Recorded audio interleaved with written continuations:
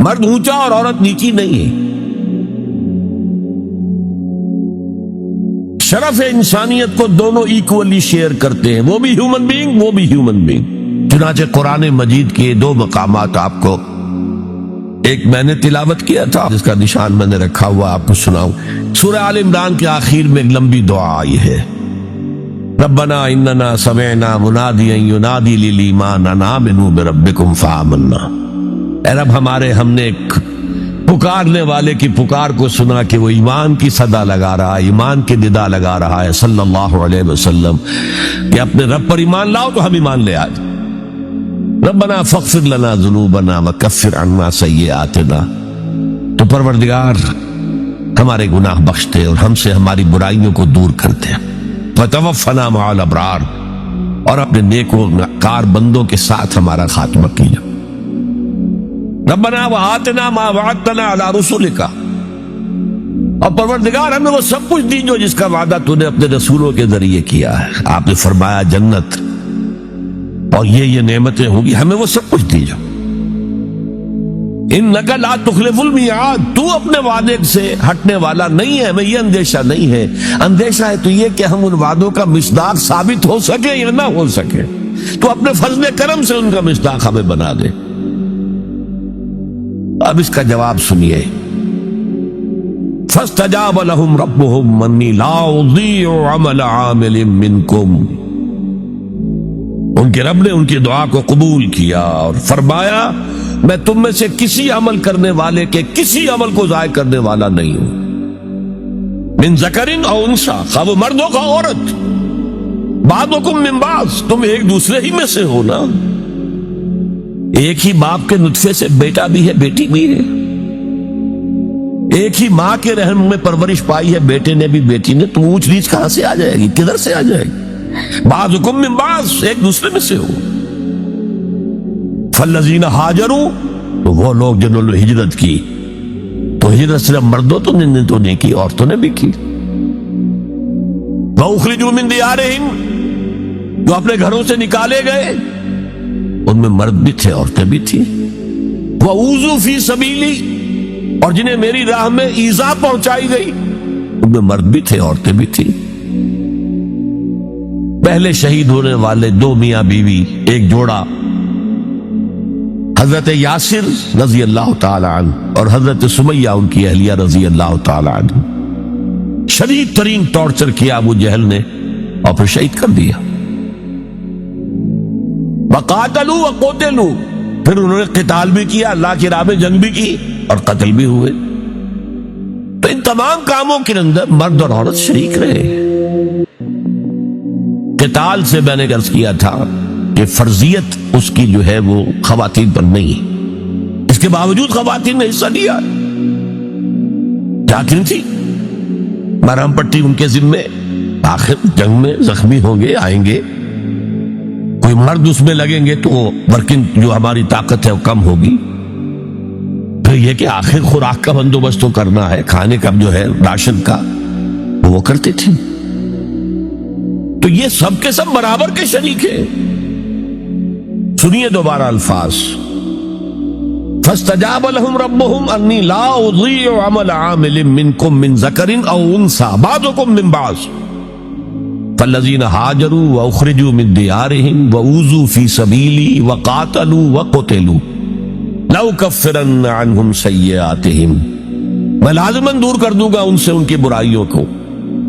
وَلَأُدْخِلَنَّهُمْ جَنَّاتٍ تَجْرِي مِن تَحْتِهَا الْأَنْهَارُ، اور انہیں لازماً داخل کروں گا ان باغات میں کہ جن کے دامن میں ندیاں بہتی ہوں گی. ثوابا من عند اللہ، یہ بدلہ ہوگا اللہ کے پاس سے. واللہ عنده حسن الثواب، اور یقیناً بہترین بدلہ تو اللہ ہی کے پاس ہے. مساوات مرد و زن کے اس نظریے کو سمجھ لیجئے. دوسرا نظریہ میں بتاؤں گا جو آج دنیا مغرب سے لے رہی ہے، وہ سراسر گمراہی ہے، سراسر گمراہی ہے، سراسر گمراہی. لیکن نیکیوں کے میدان کھولے ہوئے ہیں مردوں کے لیے عورتوں کے لیے.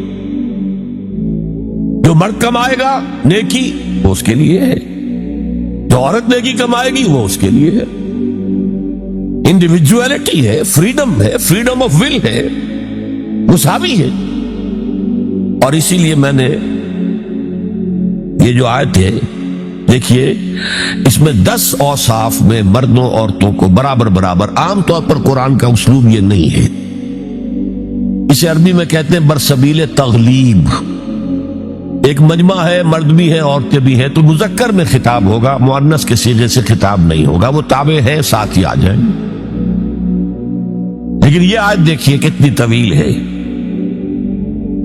ان المسلمین والمسلمات، یقیناً فرما بردار مرد اور فرما بردار عورتیں، والمومنین والمومنات، اور صاحب ایمان مرد اور صاحب ایمان عورتیں، والقانتین والقانتات، اور فروتنی اختیار کرنے والے مرد اور فروختنی اختیار کرنے والی عورتیں، والصادقین والصادقات، اور سچ بولنے والے مرد اور سچ بولنے والی عورتیں، والصابرین والصابرات، اور صبر کرنے والے مرد اور صبر کرنے والی عورتیں، والخاشعین والخاشعات، اللہ کے سامنے جھکنے والے مرد اور جھکنے والی عورتیں، والمتصدقین والمتصدقات، صدقہ دینے والے مرد اور صدقہ دینے والی عورتیں، والصائمین والصائمات، اور روزہ رکھنے والے مرد اور روزہ رکھنے والی عورتیں، والحافظین فروجہم والحافظات، اور اپنی شرمگاہوں کی حفاظت کرنے والے مرد اور اپنی شرمگاہوں کی حفاظت کرنے والی عورتیں،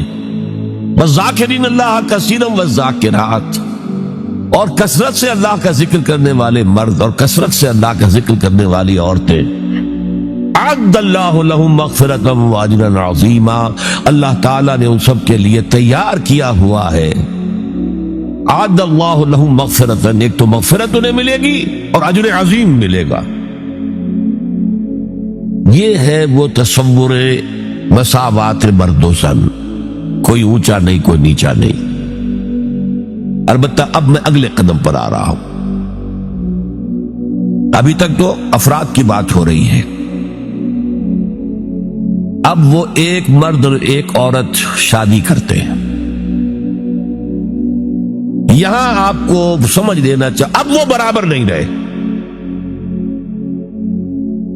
اس لیے کہ گھر بنانا ہے، خاندان کی بنا ڈالنی ہے، ایک ادارہ ہے، انسٹیٹیوشن فیملی ہے، اور کسی انسٹیٹیوشن کے دو برابر کا اختیار رکھنے والے سربراہ نہیں ہو سکتے۔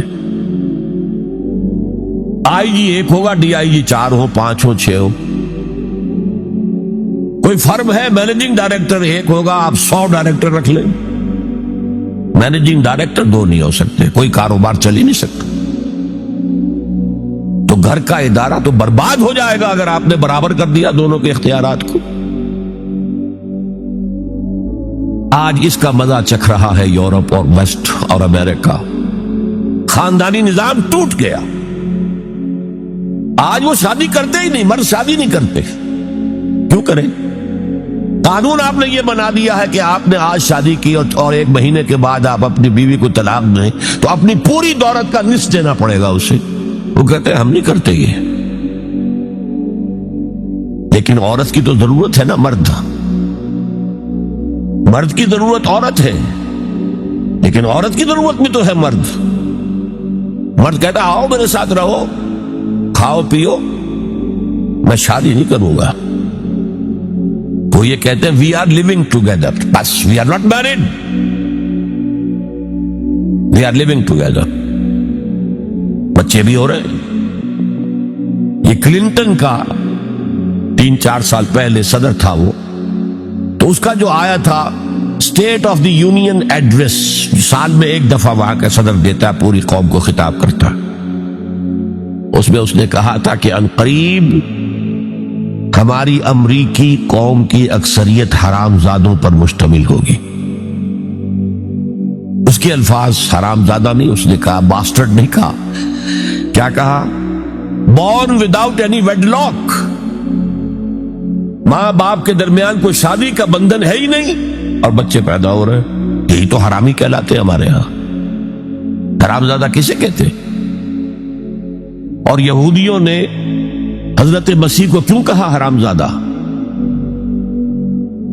ان کا کہنا یہ ہے، جھوٹ ہے بکواس ہے لیکن کہنا یہ ہے کہ حضرت مریم سلام علیہا کا رشتہ تو ہو گیا تھا، نجار یوسف نجار ایک بڑھئی تھا، اس سے رشتہ ہو گیا تھا، لیکن ابھی وداعی نہیں ہوئی تھی کہ انہوں نے تعلق زن و شوق قائم کر لیا، تو یہ تو حرام کام ہوا، زنا ہوا، تو ولد الزنا ہے۔ بہرحال خاندان کا ادارہ تلپٹ ہو کر رہ گیا ہے، بنیادی طور پر اس کے لیے آئلی قوانین جو قرآن نے دیے ہیں۔ اور میں آپ کو یاد دلاتا ہوں، پتہ نہیں آپ کو یاد ہے کہ نہیں، جب شاہ بانو کیس کا معاملہ یہاں چلا تھا، اور میرے ساتھی جو لاہور سے بھی آئے ہوئے ہیں انہیں، اور میرے لوگ جو میری تقریریں سنتے ہیں، میں نے بارہا کہا کہ میں مسلمانہ نے بھارت کو سلام کرتا۔ انہوں نے اپنی آئلی قوانین میں آج تک کوئی دخل اندازی نہیں ہونے دی، جبکہ ہمارا حال یہ ہے کہ 1962 میں ایک ڈکٹیٹر، خود ساختہ فیلڈ مارشل، اس نے آئلی قوانین کا آرڈیننس نافذ کیا، جس کو سب نے کہا، شیعہ، سنی، دیوبندی، بریلوی، اہل حدیث، جماعت اسلامی، سب نے کہا یہ غلط ہے اسلام کی روح سے، لیکن کوئی تحریک نہیں چلائی۔ جان تو کیا دینی تھی، کسی کے نکسیر تک نہیں پھوٹی، وہ آرڈیننس سے قانون بن گیا۔ اور ضیاء الحق صاحب 11 سال تک اسلام اسلام اسلام اسلام پکارتے چلے گئے، اس آرڈیننس کو ہاتھ نہیں لگایا، قوانین جو کے تو رہے، یہاں تک کہ انہوں نے فیڈرل شریعت کورٹ قائم کی، اور کچھ حسن ظن میرے بارے میں ہو گیا تھا، مجھے اپنی شورا کا رکن بنایا۔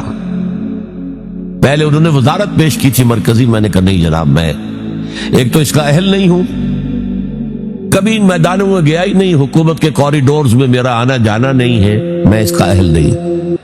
ثانیاً اصل حکومت فوج کی ہے، آپ نے ہمیں کرنے کچھ نہیں دینا، اور الزام ہم پر آئے گا، یہ ناکام ہوگا، اس لیے کہ اس سے پہلے کی ایک منسٹری تھی جس میں جماعت اسلامی اور جمعیت علماء اسلام کے وزراء تھے، اور ان دونوں کو داغدار کر کے اس نے نکال باہر کیا تھا، یہ کوئی کام نہیں کر سکے۔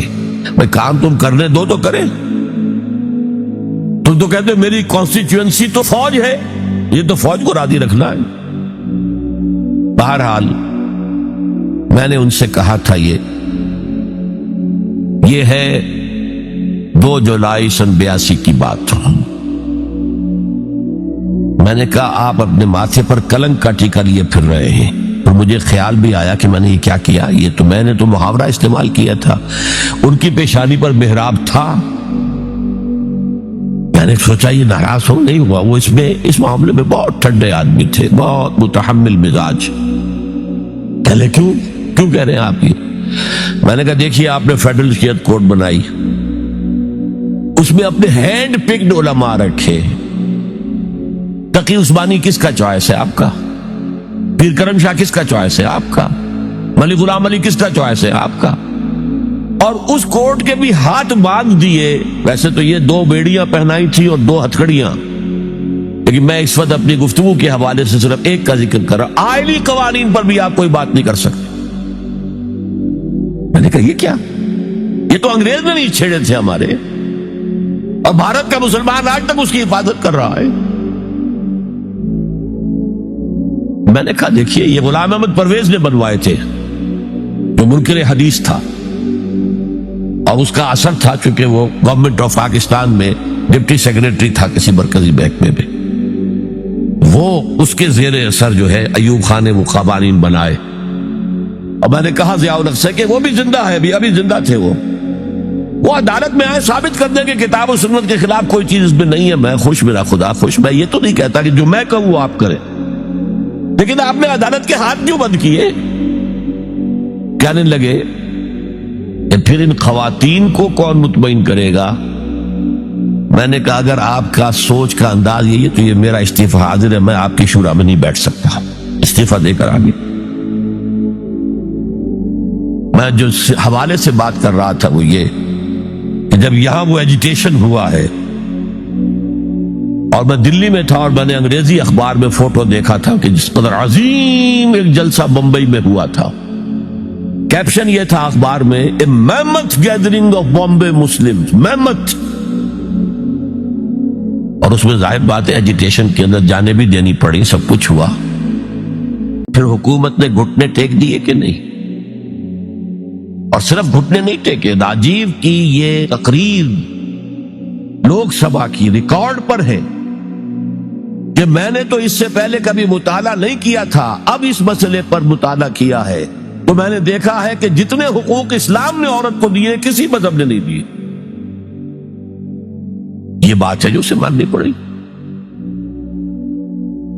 لیکن برابر آپ کر دیں گے تو خاندان کا ادارہ ختم ہو جائے گا۔ اسی لیے فرمایا گیا الرجال قوامون علی النساء فالصالحات قانتات حافظات للغیب بما حفظ اللہ۔